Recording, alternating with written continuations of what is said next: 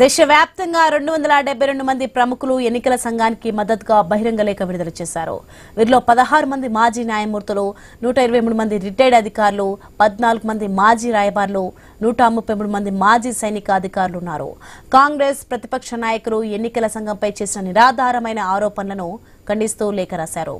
ఎన్నికల సంఘంతో సహా రాజ్యాంగ సంస్థల ప్రతిష్టను దెబ్బతీసేందుకు పదే పదే కాంగ్రెస్, రాహుల్ గాంధీ ప్రయత్నిస్తున్నారని లేఖలో ఆరోపించారు.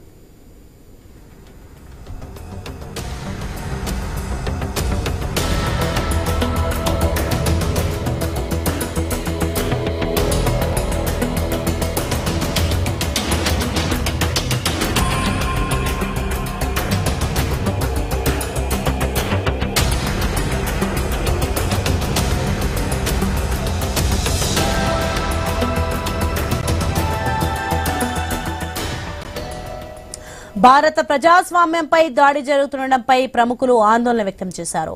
విధానపరమైన ప్రత్యామ్నాయాలను తీసుకురావడానికి బదులుగా వారి రాజకీయ వ్యూహాల కోసం ఆధారాలు లేని ఆరోపణలు చేస్తున్నారని మండిపడ్డారు.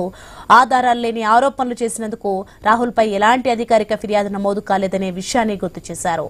ప్రతిపక్ష నాయకుడు ఎన్నికల కమిషన్ పై పదే పదే దాడి చేస్తూ నమ్మశక్యం కాని అసభ్యకరమైన వాక్చాతుర్యాన్ని ఉపయోగించారని మండిపడ్డారు.